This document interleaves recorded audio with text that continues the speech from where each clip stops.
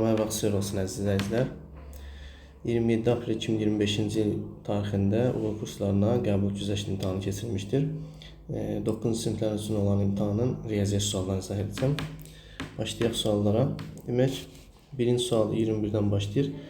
21-ci sualda deyir ki, kvadrat tənliyinin kökləri əks ədədlər olarsa anı tapın. Demək, x kvadratı minus a minus 2x minus 18 bərabərdir 0. Bilirik ki, bu x kvadratın əmsalı 1 olarsa, bu çevrilmiş kvadrat tənliyi olar. Çevrilmiş kvadrat tənliyin yəni şərti olaraq x kvadratı plus px plus q şəklində olur. Yəni burada kökləri cəmi mənfi p-ni və kökləri hasili q-ni verir bildiyimiz kimi. x1 vur x2 bərabərdir q-ya. İndi bizə deyir ki, kökləri əks ədədlər olarsa. Biz digər tərəfdən də biz bilirik ki, əks ədədlərin cəmi sıfıra bərabərdir. Yəni buradan biz bunun sıfıra bərabər olduğunu deyə bilərik. Çünki əks ədədlərin cəmi sıfır olur. Ona görə də biz köklərinin cəmi mənfi p olduğunu nəzərə alsaq, burada bu kvadrat tənlikdə köklərin cəmi mənfi a minus 2-nin əksi olacaq.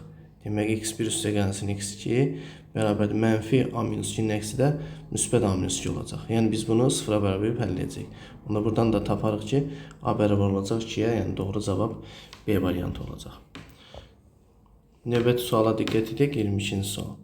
22-ci sualda bizə bir üçbucaq, bərabər yanlı üçbucaq, demək 5, 5, bir də hər hansı bir AD parçası verilib. Burada 5'dir, BD də 5'dir.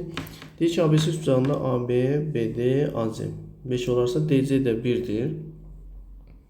AD-ni istəyir.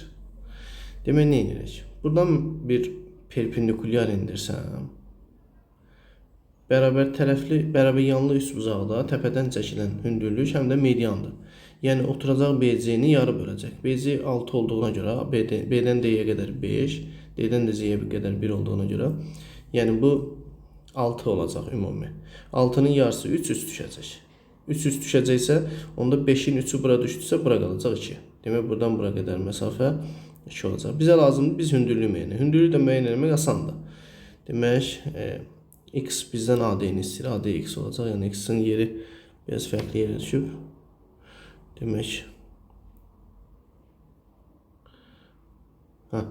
Demək, biz buradan indilən perpendikulyarı da bir y qəbul etsək, burada diqqət etsəz, üçbucağın o yarı hissəsində diqqət edeyim bir dənə. Burada bir düzbucaqlı üçbucaq görünür. Bu düzbucaqlı üçbucaqda Pifagor teoreminə görə y-i tapa bilərik. Yəni y kvadratı üstə gəlsin 3-ün kvadratı bərabərdir 5-in kvadratına. Bu da y kvadratı bərabərdir 25-dən 9 çıxanda 16, y olacaq 4. Y 4 olandan sonra bir dənə də Pifagor ortada tətbiq edəcəyik. Burada diqqət edin. Ortada 4'dür, 2'dir, hipotenuzda x-dir. Biz bunun üçün də demək x kvadratı bərabərdir 4'ün kvadratı üstə gəl 2'nin kvadratı. 16'ın üstünə 4 gələndə 20, x olacaq kök altında 20. Kök altında 20'ni də 4 vurulsun 5 kimi yazsaq, yəni 2 kök altında 5, doğru cavab D variantı olar. Demək 22-də D variantı. 23-cü sual diqqət edək. 23-cü sualda bizə bir tənlik verib 3x plus 2'də 1, 5x minus 3 bərabərdir 2'də 41. Deyir, tənliyini həll edin. Bu tənliyi həll etmək üçün birinci məxrəcdən azad edək. Bunun üçün hər iki tərəfi 2'yə vurarıq. 2'yə vuranda bu eləyəcək 6x. Üstə gəlsin. 2'yə vuranda 2'də 1-lə gedəcək, qalacaq 5x minus 3. Bərabər 2'yə vuranda 41. 6x-dən 5x toplasaq 11x bərabərdir. Mənfi 3'ü sağ tərəfə gedəcək, 41 üstə gəlir. Bu da 44 verəcək. Buradan da x-i tapmaq üçün 44'ü 11'ə bölürük. Bu da 4 olacaq. Doğru cavab D variantı. 24-cü sual. 24-cü sualda bizə 0, 2, 3 çoxluğun elementlərini verib. Deyir, rəqəmlərindən təkrar etməməklə neçə müxtəlif 3 rəqəmli ədəd düzəltmək olar? 3 rəqəmli ədəd düzəltmək üçün bunu seçmə ilə də yazmaq olar. Seçmə ilə yazsaq, məsələn 3 ilə başlayan 3 rəqəmli ədədlər 320-dir, bir də 302-dir. Eyni qayda ilə 2 ilə başlayan bir də ola bilər. 2 ilə başlayan 230-dur, bir də 203-dür. Yəni budur. Seçmə ilə 4 dənə olduğunu görə bilərsiniz rahatçılıqla. Çünki deyir, rəqəmlərindən təkrar etməməklə. Amma belə də yazmaq olar. Tutaq ki, 3 rəqəmli ədəddir. Bizim üçün Hər biri 3 rəqəmdən ibarətdir. Ona görə də birinci rəqəm üçün seçim şansımız sıfırdan başqa ikisini seçə bilərik. Birinci rəqəm üçün 2 seçim şansımız var, yəni 2 vurulsun. İkinci rəqəm üçün isə artıq biz rəqəmlərdən birini işlətdiyimizə görə 2 rəqəm qalıb. Yəni ortada fərq eləmir, hansı istəsə gələ bilər. İkinci rəqəm üçün 2 seçim şansımız var, ikinci rəqəm üçün də. Üçüncü rəqəm üçün artıq biz rəqəmlərin ikisini işlətmişik deyə bizim seçim şansımız bir dənədir. Ona görə də yəni bu formada da tapa bilərik 4 olduğunu. Demək doğru cavab Y variantı olacaq. Növbəti 25-ci sual. 25-ci sualda demək bizə bir açıq bucaq. Demək A, B, C, Y, D. Bizdən deyir ki, YBC 37 dərəcədir. YBC. YBC 37 dərəcədir. DBY-ni tapın. Sadə sualdır. Sol tərəfi 90 dərəcə olduğunu verib. Yəni açıq bucaq 180 olduğuna görə demək sağ tərəfdə 90 olmalıdır. Və yaxud da ki 90 ilə 37-ni toplayıb açıq bucaq 180 olduğuna görə 180-dən bunların cəmi çıxa bilər. Demək 90 çıx 37, bu da bizə 53 dərəcə verəcək. Yəni doğru cavab C variantı olacaq. Növbəti 26-cı sual. 26-cı sualda bizə x minus 2,6 5 bərabərdir 3,1 bərabərsizliyinin ən kiçik tam həllini tapın deyir. Buradan x sağ tərəfə geçsək 2,6. X böyük bərabərdir 3,1 üstəgəl 2,6. Bu da x böyük bərabərdir 5,7 alarıq. Bu da yəni 5,7 daxil müsbət sonsuz. Tam həll dediyinə görə x-in tam həlləri başlayacaq 6-dan. 6, 7. Ən kiçiyi olacaq 6. Yəni doğru cavab Y variantı olacaq.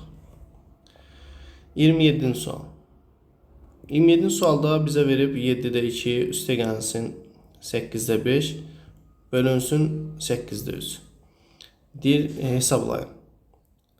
Bunu mötərizəni daxilindəki toplananı bunların cəmini tapıb sonra da bölə bilərik. Və yaxud da ki bölməni vurma ilə əvəz eləyib sonra vurmanın paylanma xassəsini tətbiq etməklə yazmaq olar. Amma bir elə toplayıb sonra yazaq.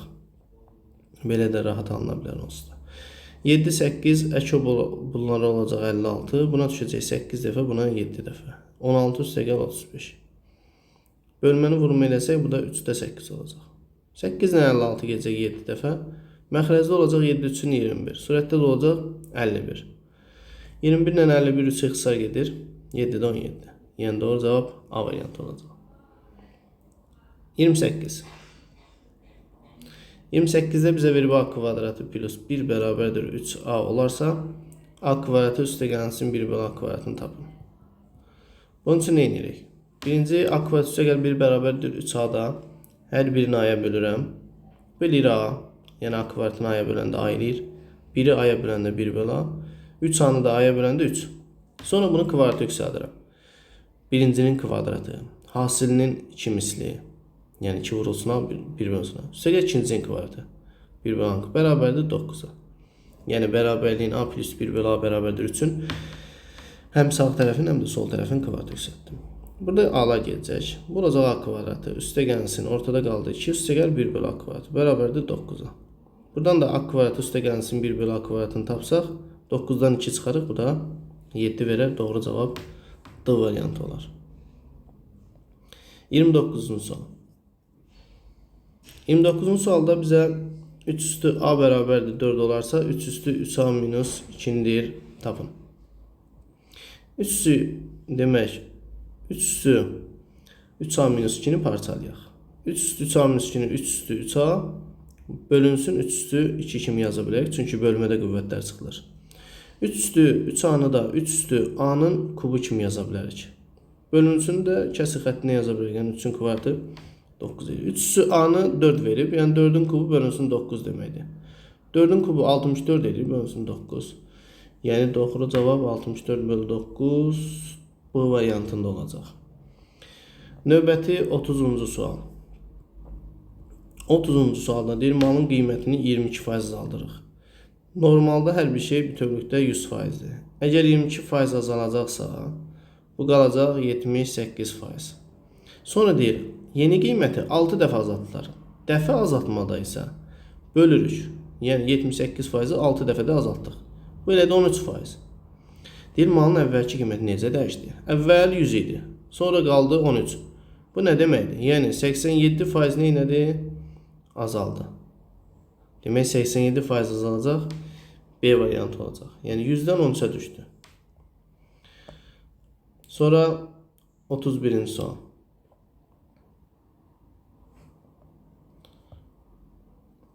31-ci sualda demək bizə bir çevrə və vətərlər verib, kəskin vətərlər. A, M, B, C-dir. Deyir, C-im 8-dir. M-də 5-dir. M-B 4-dür. A-ın parçasını uzundur. Vətərlərin xassəsi var ki, vətərlər ki bölünüb, həmin o bölünmüş hissələrin hasilləri bərabərdir. Yəni x vurulsun 4 bərabərdir 5 vurulsun 8-ə. Buradan 4x bərabərdir 4x bərabərdir 40-a, x bərabərdir 10. Və yaxud da ki 4 ilə 8-ə apararıq 2, 2, 5-in 10. Yəni x olacaq 10. Yəni ayımı istəyir. Ayım 10 A variantı. Sonra 32-ci sual. 32-ci sualda deyir ki, bucağa qonşu olan iki bucağın cəmi 130-dur. Demək biz bilirik ki, bucağın ümumiyyətlə 2 dənə qonşusu olur. Tutaq ki, alfa bucağıdır. Biri odur qonşusu, bir də budur. Demək qonşular bunlardır. Bunların cəmi 130-dur. Bunlar da bilirik ki, qarşılıqlı bucaqlardır. Bir-birinə bərabərdir. Əgər cəmi 130-dursa, hərəsinə 65-65 düşəcək. Onda bucağın özü olacaq 115 dərəcə. Çünki qonşu bucaqların cəmi 180-dir axı. Deyir, bu bucağı tapın, yəni 115 dərəcə Y variantı olacaq cavab. 33. 33-də deyir ki, 53.000 və 0.2 ədədlərinin standart şəkildə yazışındakı qiymətli hissələrin hasili. Qiymətli hissə bilirik ki, 1-10 aralığına daxil olur. 1 olar, 10 yox. Ona görə də biz bunun qiymətli hissəsini tapanda biz vergüldən istifadə edirik. Yəni 5,3 eləyə bilərik də biz bunu 1-10 arasına düşsün. Bunun qiymətli hissəsi 5,3. Bunun qiymətli hissəsi bu 2 olacaq, məlum məsələdir. Çünki 2-dən 1 rəqəmdir. Vur 2. Bərabərdir 5,3 2-yə vuranda 10,6. Yəni doğru cavab C variantı olacaq. 34-cü sual. 34-cü sualda bizə verib əbob 64, 144. Onlarsa əbobun deyir hesablayın. Əbob hesablayanda sadə bölgülərini ayırarıq. 2-yə 32, 2-yə 16, 2-yə 8, 2-yə 4, 2-yə 2, 2-yə 1. 144 də 2-yə 72, 2-yə 36, 2-yə 18, 2-yə 9, 3-ə 3, 3-ə 1. Əbob tapanda ortaq olanların ən böyüdür. Yəni ortaq olanları tapıb hasilini tapacaq. 2 ortaq olanların hasili daha doğrusu. Ortaq olanların ən böyüyü yox, ortaq olanların hasili. Demək 2-lər, bunlar 3 idi. Demək 4 dənə 2 var cəmi. Bunların hasili olacaq 16. Demək əboblar 16 olacaq. B variantı. 35-ci sual. 35-ci sualda demək bizə belə bir fiqur verib.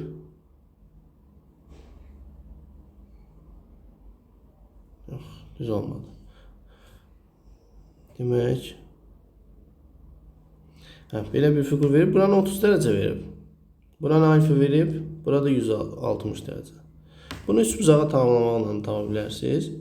Və yaxud da ki, düstur var ki, bu içəridəkilərin cəmidir. Yəni 160, 30 ilə alfanın cəmidirsə, demək alfaya düşür 130 dərəcə. Yəni buradan tapa bilərsiniz D variantı. Və yaxud da ki, üst bucağı tamamlayıb 160-a uyğun bucaqlar bərabər olduğuna görə burada 160 olacaq. 160-ın qonşusu 20 dərəcə olacaq. 20-yə bu da 30. 50 elədi. Üst bucağın daxili bucaqların cəmi 180 eləyir deyə. Yəni alfa bucağın 130 dərəcə olduğunu tapa bilərsiniz. 36-cı sual. 36-da bizə bir trapesiya verib. Oturacağı AB, orta xətti C. Bilirik ki, trapesiyanın orta xətti oturacaqlar cəminin yarısıdır. Yəni buradan A plus B'nin 2 dənə C olduğunu ala bilirik. Buradan A plus B minus C bərabərdir 5 verib. C'ni tapın. A plus B'nin yerinə 2C'ni qoysam 2C çıxılsın. C bərabərdir 5-ə. Buradan C'nin 5 olduğunu alarıq. Demək C-ni istəyir bizdən, o da C variantı olacaq. 37-ci sual. Çox hədinin vurğulara deyir ayrın. 16 AB kvadratı çıxılsın 10 C kubu. Üstə gəlsin 32 AC kvadrat çıx 5 B kvadratı C. Vurğulara ayrım. Burada diqqət etsək görərik ki 16, 32, 15. Və diqqət edin görün biri digərinin 2 qatıdır. Ona görə də bunları bir qruplaşdıram. 16 AB kvadratından 32 AC kvadratını bir qruplaşdıram. Buradan 16 A-nı çıxaran mötərizə xaricinə qalır yerdə. B kvadratı üstə gəlsin 2 dənə C kvadratı. Çıxılsın buradan da 5 C-ni çıxardıram. 5 C çıxanda birinci bunu yazıram. Onsuz ikisinin də qarşısı mənfidir. Mənfi 5 C-ni çıxarmışıq. Qalıb yerdə B kvadratı. Burada da plus 2C kvadratı olacaq. Plus 2C kvadratı. Görürsünüz, diqqət edin, burada eyni şeylər alındı. B kvadrat üstə gəlir 2C kvadratı. Təzədən B kvadrat üstə gəlir 2C kvadratını yenə mötərizə xaricinə çıxaram. Qalır yerdə 16A çıxılsın 5C. Demək B kvadratı plus 2C kvadratı 16A minus 5C. Doğru cavab C variantı olacaq. 38-ci sual. 38-ci sualda deyir AB və C ədədlərinin ədəd ortası. Biz bilirik ki, ədəd ortanı tapanda ədədləri toplayıb sayına bölürük. Əgər biz AB və C ədədlərinin ədəd ortasını tapsaq, yəni toplayıb 3-ə bölməliyik. Buradan ABC-nin cəmin 51 olduğunu alarıq. Çünki 3-ə böləndə 17 eləyirsə, 3-ə vuranda da 17-ni 51 eləyəcək. D və Y ədədlərinin ədəd ortasını deyir, 9,5-dir. Buradan da D və Y-nin cəminin 19-a bərabər olduğunu alarıq. Deyir bu A, B, C, D və Y ədədlərinin ədəd ortasındayım. Yəni bunların toplayıb 5-ə böləcək. Demək biz A, B, C, D, Y toplayıb 5-ə bölməliyik. 51-in üstünə 19 gələcək. Çünki A, B, C-nin cəmi 51-dir. D, Y-nin də cəmi 19. Beləcə 70. 70-i 5-ə böləcək. Bu da 14 eləyəcək. Doğru cavab 14. Yəni Y variantı. 39. 39-da demək deyir ki 3,6 bölünsün x bərabərdir 3 bölünsün 5. Tənasibindən x-i tapın. Tənasibin xassəsindən istifadə edəcək. Kənarların hansılı, ortaların hansına bərabərdir. Yəni 3 vur x, 3,6 vurulsun 5. 3-dən 3,6 gedər 1,2. 5-i 1,2-yə vuranda da 6 verər. Doğru cavab A variantı olar. 40-cı sual. 40-da deyir ki bir nasos boş hovuzun 6 sahada. Demək biri 6 sahada doldurur. Digər isə 8 sahada doldurur. Onlar ikisi birlikdə bu hovuzun 7 hissəsi neçə sahada doldurur? Onda gəl görək bunlar ümumiyyətlə bu hovuzun neçə sahada dolduracaq? 1 sahada, demək 1 sahada. Bu işin 6'da 1'in, bu da 8'də 1'in görəcək. Onda 6'da 1 üstə gəl 8'də 1 bərabərdir x-da 1. Görək bunlar ikisi birlikdə işləsələr hovuz neçə sahada olacaq? Bu da 24'də buna düşür 3 dəfə, buna düşür. Daha doğrusu buna 4 dəfə, buna 3 dəfə düşür. Şimdi 24'də 4 üstə gəlir 7. Demək x olur 7'də 24. Demək onlar ikisi birlikdə işləsəydilər 7'də 24 sahada tam doldurardılar. 7'də 24 sahada işin hamısını görəcəkdilər. Onda biz 10'da 7 hissəsini neçə sahada doldurduğunu tapmaq üçün vurmalıyıq 10'da 7'yə. 7'lər gedər 24 bölü 10. Yəni 2,4 sahada işin 10'da 7 hissəsini görə bilərlər. Belə əziz şagirdlər, bununla da bu videomuz sona yetdi. Sağ olun, növbəti videoda görüşənədək.